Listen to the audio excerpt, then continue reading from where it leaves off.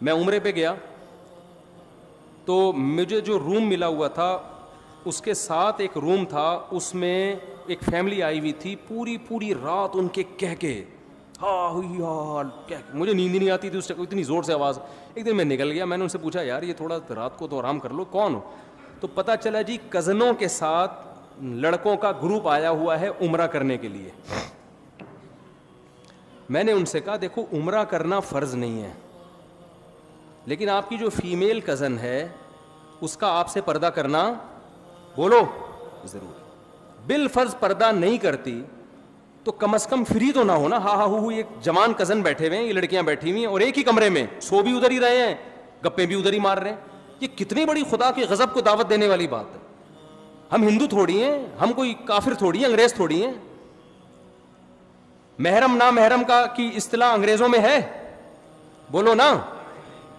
وہ مذہب کو نہیں مانتا, جیسے چائنا والے مذہب کو نہیں مانتے. وہ کھانا کھانے سے پہلے یہ نہیں دیکھتے کہ حلال ہے حرام ہے پاک ہے نہ پاک ہے, وہ کہتے ہیں پروٹین فل آف پروٹین ہے یا نہیں ہے. تو کتا بھی کھا جاتے ہیں کیونکہ کتے میں گائے سے زیادہ پروٹین ہے ان کی رائے کے مطابق.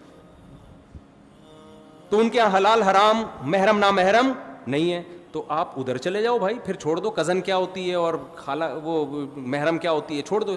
اسلام نے تو پورا ایک دیوار کھینچی ہے. اور سورہ نور میں بھی سورہ حجاب میں بھی پوری ڈیٹیل قرآن نے بیان کی ہے. یہ محرم ہے اور یہ نامحرم. لا یبدین زینتہن, عورت اپنی زینت کو ظاہر نہیں کر سکتی الا لآبائہن, سوائے اپنے باپ دادا کے سامنے, بعولتہن, اپنے شوہر کے سامنے, اور ابناء بعولتہن, ابناء بعولتہن, اپنے شوہر کے بیٹے جو ستیلا بیٹا ہے. ایک ایک رشتے کا نام لے کے قرآن نے بتایا کہ ان کے سامنے زینت ظاہر کر سکتی ہو, بے تکلف ہو سکتی ہو. اس کے علاوہ ساری دنیا کے سارے مرد تمہارے لیے کیا ہیں؟ نامحرم. آج ہم ماڈرن ہوتے ہوتے اتنے ماڈرن ہو گئے ہیں کہ محرم نامحرم کی ٹرم ایک مولویوں کی ٹرم سمجھی جاتی ہے, دقیانوس لوگوں کی ٹرم سمجھی جاتی ہے. کوئی نوجوان اپنی کزن سے ہنس کے بات نہیں کر رہا, رشتہ دار اس سے کہیں تمہاری کزن ہے یار گپ شپ لگاؤ, وہ کہ یہ میری لیے نامحرم ہے, تو کیا کہتے ہیں؟ دقیانوس. پرانے خیالات کا. انسان کا دل صاف ہونا چاہیے. میں سمجھا پا رہا ہوں اپنی بات؟ او بھائی یہ کیا ہو رہا ہے یہ معاشرے میں؟ خدا نہیں چھوڑے گا, دنیا کچھ نہیں, دنیا تو آپ کی اور عزت کرے گی, بڑا لبرل ہے, بڑا ماڈرن ہے, بڑا ماڈرن ہے, خدا نہیں چھوڑے گا. یہ یاد رکھو. یہ جو اللہ بھینس کے دودھ پلا رہا ہے نا ہمیں, سوکھے چارے کھلا کھلا کے بیچ سے خربوزے نکال رہا ہے, اس کا اللہ ہم سے قیمت لے گا. پوری قیمت نہیں, صرف اتنی کہ تم نے شکر ادا کیا, کہ پوری قیمت تو کوئی بھی نہیں دے سکتا اللہ کو. اتنا پوچھے گا کہ خربوزے کھا کے اور میری نعمتیں صبح و شام کباب پراٹھے کھا کے, کمبختو میں نے تمہیں یہ بتایا تھا کہ یہ محرم ہے یہ نامحرم ہے, یہ فرق تم نے کیا کہ نہیں کیا. اگر آپ لبرل بن رہے ہو, خدا کو آپ کے اسلام کی کوئی ضرورت نہیں ہے. تو مجھے بڑا تعجب ہوا کہ یار اب عمرے جیسے مبارک سفر میں بھی یہ ہو رہا ہے. کزنیں ہاں وہ پوری رات کہہ کے لگ رہے ہیں ایک کمرے میں. تو میں نے ان سے کہا, میں نے کہا اول تو کزن کو چاہیے اپنے میل کزن سے پردہ کرے. پردہ نہیں کرتی, بے تکلف تو نہ ہو نا. بے تکلف بھی ہوتی ہے تو اس سفر میں تو نہ ہو, کم از کم اس سفر میں تو نہ ہو. یہ تو عمرے کا سفر ہے. مذہب چند رسومات کا نام رہ گیا ہے جو اسلام کی. یہ پتہ ہے کیا ہے؟ اس بے حیائی سے آہستہ آہستہ ہمارا فیملی سسٹم کیا ہو جائے گا؟ تباہ.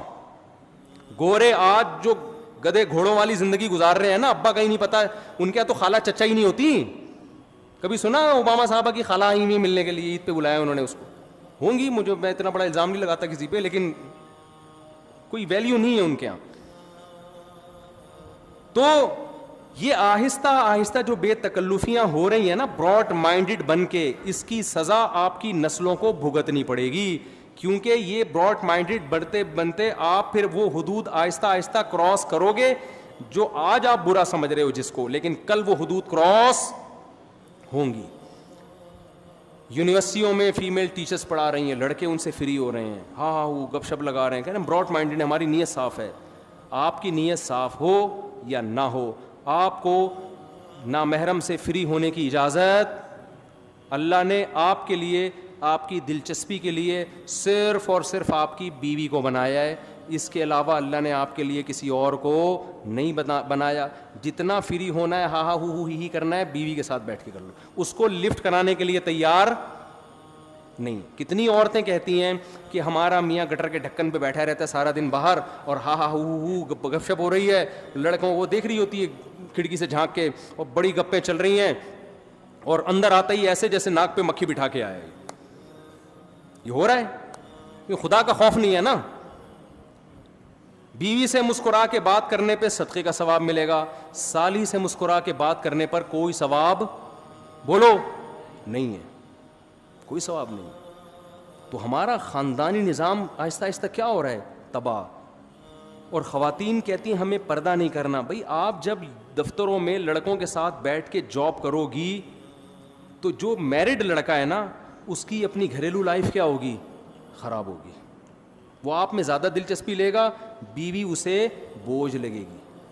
اور آپ میں بھی دلچسپی انٹرٹینمنٹ کے لیے لے گا, شادی کرنے کے لیے نہیں لے گا. چاہے میرے 4 شادیوں پہ 100 بیانات سنے ہوئے اس نے, پھر بھی نہیں لے گا. وہ بیان سن کے انجوائے کرے گا, باقی کہے گا چھوڑو یار, ایک کے ٹینشن اتنی ہے کہ روزانہ آلو پیاز ٹماٹر لانے پڑتے ہیں تو پھر 4 دفعہ لانے پڑیں گے.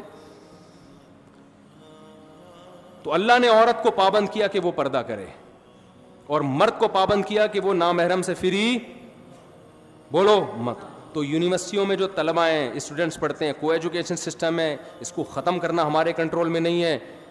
میں تو کے پی کے جب بھی جاتا ہوں نا, پشاور اور کاغان, ناران, ان علاقوں میں کہتا ہوں خدا کا واسطہ اپنی نسلوں کی حفاظت کرو, کو ایجوکیشن سسٹم اپنے کلچر میں نہ آنے دو. اتنے کیسز ہیں کو ایجوکیشن سسٹم کی تباہی بربادی. ماں باپ یہ سمجھ رہے ہوتے ہیں ہماری بچی اتنی نیک صالح, اس کو نہیں پتا کہ وہ پروفیسروں اس کو غلط استعمال کر رہے ہیں.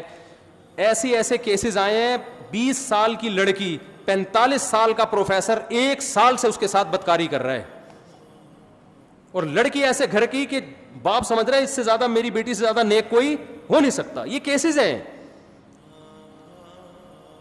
تو بیوقوف بنانا لڑکیوں کو کوئی مشکل کام نہیں ہے. ہو سکتا ہے اس نے چھپ کے نکاح کر کے کر رہا ہو, لیکن یہ بھی تو غلط ہے نا. چھپ کے نکاح کر کے بھی اگر بالفرض وہ کر رہا ہے, ہم اچھی تعویل کر لیتے ہیں زنا نہیں کر رہا ہوگا, تو جب وہ ساری زندگی کے لیے تو نہیں کوئی کر سکتا نا ایسے, تھوڑے دنوں بعد چھوڑنا پڑے گا اس کو. کیا باپ کو پتا چل جائے کہ میری بچی کے یہ گل کھلا رہی ہے, وہاں جا کے اس کے دل پہ تو آرے چلیں گے. کچھ پتہ ہی نہیں ہے ماں باپ کو کیا ہو رہا ہے. بچیاں موبائل سب کے ہاتھ میں ہیں, وہاں جا کے فری ہو رہی ہیں. تو کو ایجوکیشن سسٹم تو زہر ہے معاشرے کے لیے, تباہی ہے. لیکن جب تک ہے ہم نہیں تبدیل کر سکتے. تو میں ان نوجوانوں سے کہتا ہوں آپ جائیں, پڑھیں, اور پتلی گلی سے واپس. ٹیچر سے کچھ پوچھنا ہو پوچھیں آپ, ہی ہا ہا ہو کی آپ کو اجازت بولو نا نہیں ہے. ریزرو ہو جاؤ آپ, نظر کی حفاظت کرو آپ. اللہ نے ہمارے لیے حلال راستے کھول دیے ہیں. نکاح کرنا پیغمبروں کی سنت ہے, بیوی سے محبت کرنا پیغمبروں کی سنت. ہمارے نبی جب گھر میں آتے مسکراتے چہرے کے ساتھ آتے تھے. آج دفتر میں جب کسی کلیگ سے بات ہوتی ہے نا, جو لیڈی ہو, بہت مسکراتے چہروں کے ساتھ بات ہوگی. اور جب گھر میں آتے ہیں تو بیگم کے ساتھ بات کرنے کا ٹائم ہے ہی نہیں. ہوتا ہے شروع میں 1-2 مہینے بڑے اچھی انجوائے کرتے ہیں لائف کو, گھوم رہے ہیں. اب تو فیس بک پہ تصویریں بھی ڈالنا شروع کر دی اپنی بیگم کی.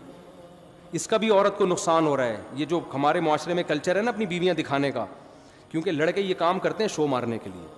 اس سے نقصان یہ ہوتا ہے کہ کسی کی بعض دفعہ انسان کو کوئی کم صورت والی لڑکی پسند آ رہی ہوتی ہے کسی بھی وجہ سے.